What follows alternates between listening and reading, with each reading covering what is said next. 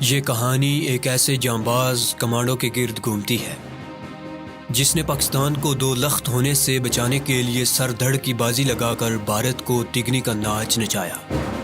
کہانی کی طرف بڑھنے سے پہلے آپ سے گزارش ہے کہ چینل کو سبسکرائب کیجیے اور ویڈیو کو لائک کیجیے۔ آئیے کہانی کی طرف چلتے ہیں۔ باتھ روم سے پانی گرنے کی آواز مسلسل آ رہی تھی۔ میں وہی دیوار سے لگ کر اس کے باہر نکلنے کا انتظار کرنے لگا۔ ذرا سی دیر کے بعد ایک نوجوان لڑکی گنگناتی ہوئی غسل خانے سے برآمد ہوئی۔ اس کی نظر پہلے تو اپنے ساتھی کی لاش پر پڑی اور اس کے فوراً بعد اس نے مجھے دیکھا، لیکن اس وقت تک میں اس کے کٹے ہوئے بالوں کو اپنی مٹھی میں جکڑ چکا تھا۔ وہ کوئی عام گھریلو قسم کی لڑکی تو تھی نہیں کہ مجھے دیکھ کر خوفزدہ ہو جاتی اور چیخنے لگتی۔ وہ تو راہ کی ایک تربیت یافتہ جاسوسہ تھی۔ فوراً پلٹ کر مجھ پر حملہ آور ہوئی اور کراٹے کا ایک وار مجھ پر کیا۔ میں نے اس کے وار کو روکنے کی ضرورت محسوس نہیں کی، بلکہ اسے ایک زوردار جھٹکا دیا۔ اس کا سارا بدن ہوا میں لہرا کر رہ گیا۔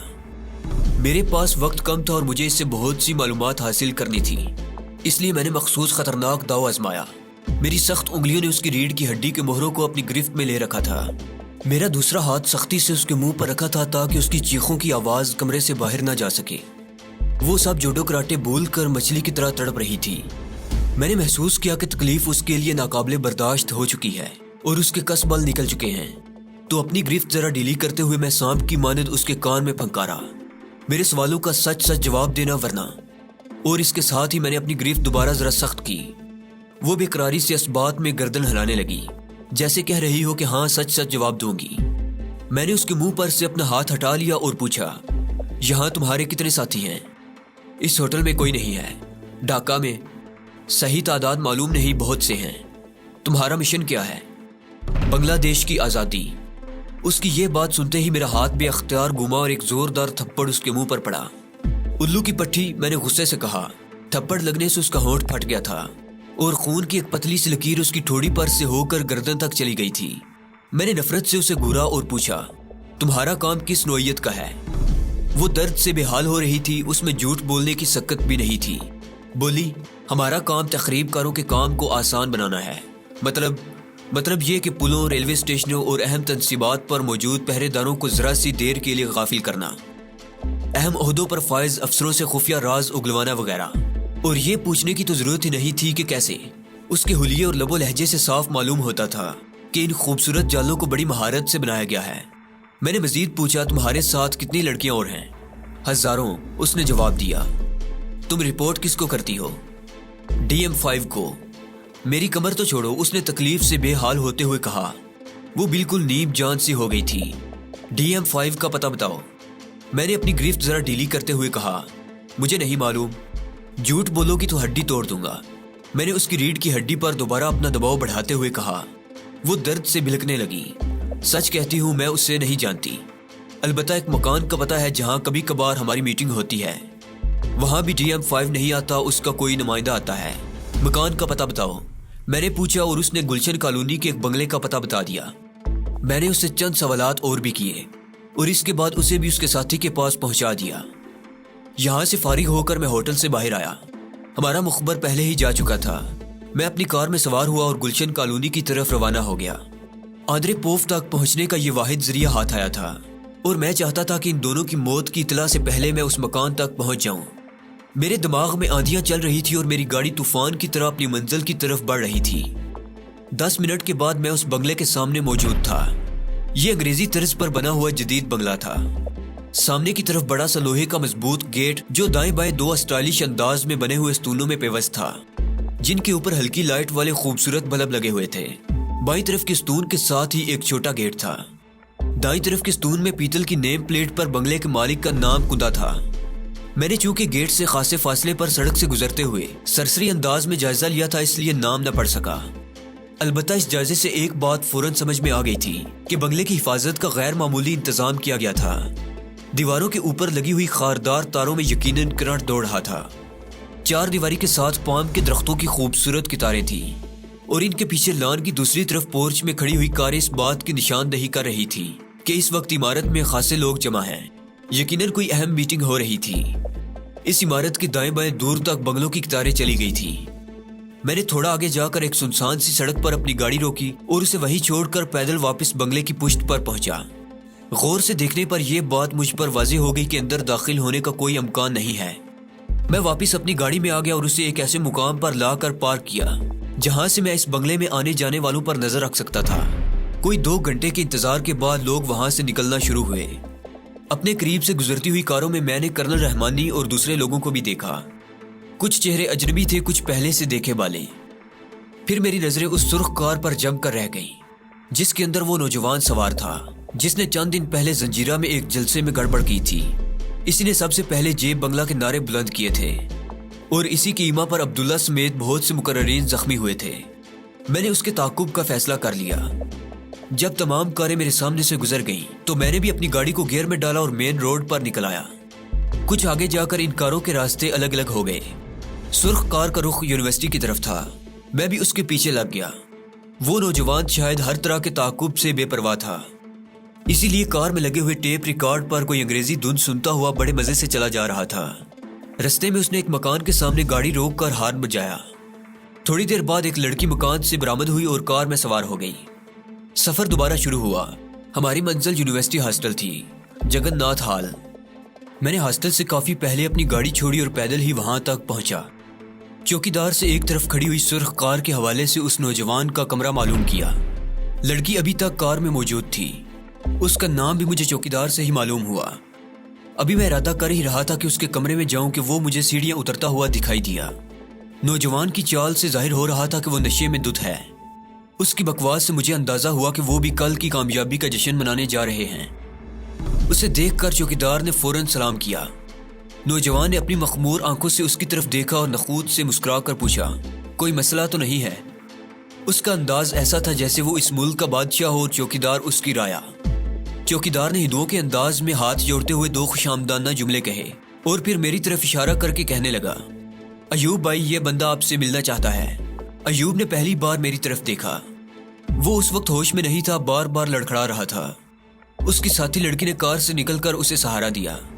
میرا خیال تھا کہ وہ مجھے پہچانتا ہوگا تو معاملہ بگڑ جائے گا، لیکن اس کی حالت سے ظاہر ہو رہا تھا کہ وہ اس وقت خود کو بھی نہیں پہچان رہا تھا۔ اس نے بند ہوتی ہوئی آنکھوں کو زبردستی کھولتے ہوئے لڑکھڑاتی آواز میں مجھ سے پوچھا، کیا ہے بے؟ اس کے متکبرانہ اور تضحیک آمیز لہجے سے یہ سمجھنے میں دیر نہ لگی کہ وہ حکم دینے کا عادی ایک لیڈر ٹائپ نوجوان ہے۔ پہلے تو جی میں آیا کہ اسے کچھ سمجھاؤں، لیکن فوراً ہی میں نے ارادہ بدلا اور ایک خیال کے تحت اس سے کہا، سر میں چاٹ گام سے آیا ہوں۔ ابو نصر نے بتایا تھا کہ کرنل رحمانی سے ملوں، مگر کرنل صاحب نے آپ کے پاس بھیج دیا۔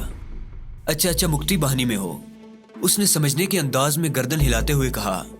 پھر یکدم چونک کر مجھے دیکھنے لگا۔ تجھے میں نے کہیں دیکھا ہے نوجوان؟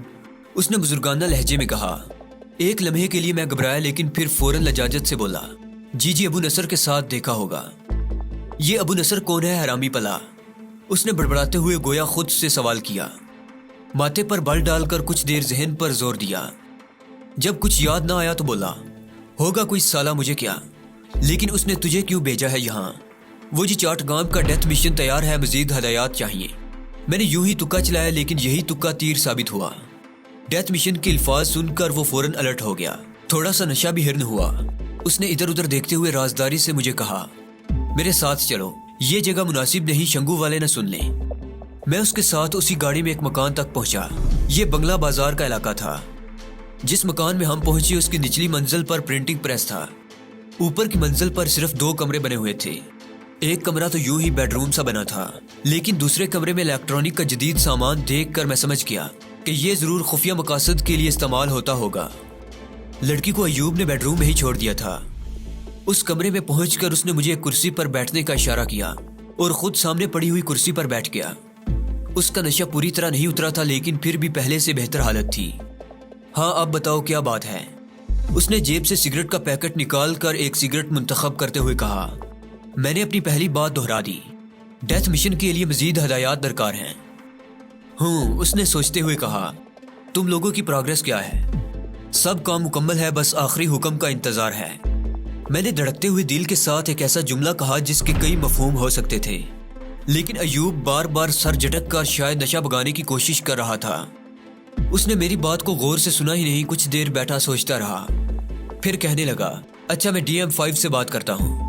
وہ اٹھا اور ایک الماری کی طرف بڑھا، لیکن وہاں پہنچنے سے پہلے ہی ماتھے پر ہاتھ مارتے ہوئے لوٹ آیا۔ بیڑا غرق ہو اس کمر کا، ایک مصیبت کھڑی کر دی ہے سالے نے، اس نے بڑبڑاتے ہوئے کہا تو میں نے جان بن کر سوال کیا، کیا ہوا سر؟ کچھ نہیں، اس نے مجھے جھڑک دیا، اپنے کام سے کام رکھو، زیادہ سوال کرنے کی ضرورت نہیں ہے۔ سر آپ کسی قمر کا ذکر کر رہے تھے، ابو نصر نے بھی کہا ہے کہ یہ قمر بڑا خطرناک آدمی ہے۔ میں نے اس کی بات کو نظر انداز کرتے ہوئے کہا، ابو نصر کا رینک کیا ہے؟ اس نے چبھتی ہوئی نظروں سے مجھے دیکھا، وہ چاٹگام کے ذمہ دار ہیں۔ میں نے پھر ایک مبہم سی بات کہی، اور تم؟ میں ان کا دستے راست ہوں، شنکر نام ہے جی میرا، لیکن چاٹگام تو آنند کے حوالے کیا گیا تھا۔ جی آنند بابو تو کلکتہ چلے گئے ہیں، کل رات ہی تو گئے ہیں۔ میں نے بھی بحث چھیڑتے ہوئے کہا، میں نے محسوس کیا کہ وہ جلد از جلد مجھے بگانے کے چکر میں ہے، لیکن میں ہاتھ آیا ہوا اتنا اچھا موقع بھلا کیسے ضائع کر دیتا۔ میں نے ایک بار پھر اپنا ہی ذکر چھیڑ دیا، سر ابو نصر نے کہا تھا کہ ہمارے مشن کی راہ میں سب سے بڑی رکاوٹ یہ قمر ہی ہو سکتا ہے۔ ہاں، پر پتہ نہیں کیا بلا ہے، اسے ہر بات کا پہلے سے پتہ چل جاتا ہے۔ بگ باس کا خیال ہے کہ اس کے پاس ہمارا ٹرانسمیٹر ہے جس پر وہ ہمارے پیغامات سن لیتا ہے، اسی لیے ٹرانسمیٹر کے استعمال پر پابندی عائد کر دی گئی ہے۔ ایوب کی یہ بات سن کر میرے اس شبے کی تصدیق ہو گئی جو آندرے پوف کے بارے میں میرے دل میں پیدا ہوا تھا، اور ایک یہ بات بھی معلوم ہوئی کہ وہ لوگ آندرے کو بگ باس کہتے تھے۔ اس کا مطلب تھا کہ ڈی ایم 1 سے ڈی ایم 5 یا اس سے بھی آگے جو لوگ تھے وہ سب یا تو مقامی تھے یا پھر انڈین فوج اور راہ سے متعلق تھے۔ جو بھی ہوں، آہستہ آہستہ سب کا پتہ چل جائے گا، میں نے سوچا، اور پھر ایوب کی طرف متوجہ ہو گیا۔ سر اب کیا حکم ہے میرے لیے؟ ٹھہرو، میں موہن کو فون کر کے پوچھتا ہوں کہ وہ ڈی ایم 5 کو براہ راست جانتا ہے۔ ایوب نے ایک بار پھر کرسی سے اٹھتے ہوئے کہا۔ وہ ایک کونے میں پڑی ہوئی تپائی پر سے فون اٹھا لایا اور میرے سامنے ہی ایک نمبر ڈائل کیا۔ یہ نمبر میں نے فوراً ذہن نشین کر لیا اور دل ہی دل میں اللہ کا شکر ادا کیا کہ مجھے الجھی ہوئی ڈور کا ایک اور سرہ مل گیا تھا۔ جلد ہی موہن سے رابطہ قائم ہو گیا۔ ایوب نے اسے میرے بارے میں تفصیلات بتائیں اور آئندہ کے لیے احکامات مانگے۔ دوسری جانب سے نہ جانے کیا کہا گیا کہ میں نے محسوس کیا کہ ایوب کا رنگ بدل گیا۔ وہ تھوڑا سا چونکا، پھر میری موجودگی کا احساس کر کے نارمل نظر آنے کی کوشش کرنے لگا۔ اگر میں مسلسل اس پر نظر رکھے ہوئے نہ ہوتا تو اس کی تبدیلی کا مجھے پتہ بھی نہ چلتا۔ میں ہر دم چوکنا تھا۔ دشمن کی کھچار میں گھس کر غافل رہنا تو حماقت ہوتی ہے۔ فون رکھ کر جب وہ میری طرف متوجہ ہوا تو لاکھ کوشش کے باوجود اپنی آنکھوں میں جھلکتی نفرت کی چنگاریوں کو نہ دبا سکا۔ میں سمجھ گیا کہ میرا بید کھل چکا ہے۔ کسی ایسی ہی صورتحال سے نپٹنے کے لیے میں پہلے سے تیار تھا۔ ایوب مسلسل مجھے گو رہا تھا، اس کا نشہ بالکل غائب ہو چکا تھا۔ ایک خوخار چمک اس کی آنکھوں میں اتر آئی تھی۔ مجھے حیرت اس بات پر ہو رہی تھی کہ اس نے اب تک پستول کیوں نہیں نکالا تھا۔ فون پر اس نے کیا بات سنی تھی، میں یہ جاننے کے لیے بے تاب تھا۔ آخر مجھ سے رہا نہ گیا اور میں نے پوچھ ہی لیا، کیا بات ہے سر، آپ کی طبیعت کچھ ٹھیک نہیں لگتی؟ میرے استجاہل عارفانہ پر وہ یک دم بڑک اٹھا۔ تمہارے سر کی کتے کمینے سور پنجابی، میں تمہیں پہچان چکا ہوں۔ حرامی پلے، مجھے دھوکہ دینے آئے ہو تمہاری؟ اس کے منہ سے مغلزات کا طوفان امڑ پڑا۔ وہ ایک جھٹکے سے اپنی کرسی سے اٹھا اور مجھ پر چھلانگ لگا دی۔ میں اس کے لیے پہلے سے تیار تھا۔ ایک طرف کو جھکائی دے کر میں نے کرسی چھوڑ دی۔ ایوب اپنی ہی جوک میں کرسی سمیت دوسری طرف الٹ گیا۔ وہ دوبارہ اٹھا اور مجھ پر حملہ آور ہوا، لیکن میرا گوسہ کھا کر ایک بار پھر پیٹھ کے بال زمین پر جا پڑا۔ اب میں نے اسے اٹھنے کا موقع نہیں دیا بلکہ زمین پر ہی چھاپ لیا۔ وہ میرے نیچے دبا مسلسل گالیاں بکے جا رہا تھا۔ میں نے اسے 2-1 رگڑے دی اور اس کی جیبوں کی تلاشی لی، لیکن اس کے پاس کوئی ہتھیار نہیں تھا۔ اگر وہ ہندو جاسوس ہوتا تو میں وہیں اس کی گردن توڑ دیتا، لیکن وہ تو ایک بنگالی مسلمان تھا، میرا دینی بھائی۔ یہ الگ بات ہے کہ دشمن کی سازش کا شکار ہو کر وہ خود اپنا ہی دشمن ہو رہا تھا، نہ صرف اپنا بلکہ دیس اور دین کا دشمن ہو رہا تھا۔ پاکستان کے دشمنوں کے لیے میرے دل میں نفرت ہی نفرت ہے، مگر وہ نادان تھا، اس لیے شاید میرے دل کے کسی خانے میں اس کے لیے ہمدردی موجود تھی۔ میں نے اسے چھوڑ دیا اور اٹھ کر ایک جانب کھڑا ہو گیا۔ کچھ دیر سوچتی ہوئی نظروں سے اسے دیکھا، پھر سمجھانے کے انداز میں اسے کہنے لگا، میں چاہوں تو ابھی تمہاری گردن توڑ دوں، لیکن میں نے تمہیں چھوڑ دیا ہے، پتہ ہے کیوں؟ لیکن وہ جواب دینے کی بجائے خونخوار نظروں سے مجھے گور رہا تھا۔ تب میں نے خود ہی اپنی بات کی وضاحت کر دی، اس لیے کہ میری تم سے کوئی دشمنی نہیں ہے، میں تمہیں اپنا بھائی سمجھتا ہوں، ایک نادان اور بگڑا ہوا بھائی، میرے جسم کا وہ حصہ جو مریض بن گیا ہے، لیکن میں اسے کاٹ کر نہیں پھینک سکتا، سمجھے؟ اور شاید وہ میری بات سمجھ گیا تھا۔ تم پنجابی ہو اور میں بنگالی، ایک پنجابی ایک بنگالی کا بھائی کیسے ہو سکتا ہے؟ تم ایک ظالم اور غاصب قوم کے فرد ہو جو میری قوم پر حکومت کرتی ہے۔ تم لوگ بنگالیوں کو غلام سمجھتے ہو، تم کہتے ہو میں تمہارا بھائی ہوں، لیکن دراصل تم کسی بنگالی کو بھائی نہیں سمجھتے، بلکہ تم انہیں انسان بھی نہیں سمجھتے۔ وہ تو ایک حقیر اور ذلیل مخلوق ہے جسے تمہاری غلامی کے لیے پیدا کر دیا گیا ہے۔ اس کے جوان تمہارے کمی ہیں، اس کی عورتیں تمہاری عیاشی کا سامان ہیں، اس کی سونا اگلنے والی زمین تمہاری جاگیر ہے، اس کے کھیت، اس کے دریا، اس کے کوہسار سب تمہارے ہیں، ہے نا؟ سب تمہارے ہیں۔ اور بنگالی وہ تو سالہ پیدا ہی اس لیے ہوا ہے کہ تمہاری عیاشیوں کے سامان بہم پہنچائے، ہے نا؟ اور تم بکتے ہو کہ میں تمہارا بھائی ہوں۔ بولو، کیا ایک پنجابی میرا بھائی ہو سکتا ہے؟ اس کے ایک ایک حرف میں زہر بھرا ہوا تھا جس کا تریاق صرف محبت ہوتی ہے۔ سو میں نے بھی یہی کیا۔ اپنے لہجے کو بدستور رکھتے ہوئے میں نے کہا، یہ سب غلط فہمیاں اور نفرتیں ہمارے دشمنوں کی پیدا کردہ ہیں۔ وہ جو ہمارے لیڈر بنتے ہیں لیکن خبیث دراصل دشمن کے ایجنٹ ہیں۔ وہ میرا اشارہ سمجھ گیا اور فوراً ہی حلق کے بل داڑا۔ خبردار جو بنگلہ بندوں کے بارے میں اپنی ناپاک زبان سے کچھ کہا۔ وہ ہمارے قائد ہیں، ہمارے دل کی دھڑکن ہیں، ہمارے دیوتا ہیں، اور اگر قیامت کا ڈر نہ ہوتا تو میں کہتا کہ وہ ہمارے خدا ہیں، سمجھے؟ وہ شدت جذبات میں نہ جانے کیا کیا بکتا کہ میں نے اس کی بات کاٹتے ہوئے نرمی سے کہا، نہیں ایوب، یہ بات نہیں ہے۔ دیکھو، تم ایک باشعور اور پڑھے لکھے لڑکے ہو، ذرا تاریخ کا جائزہ لو، حالات کا تجزیہ کرو تو حقیقت تم پر کھل جائے گی۔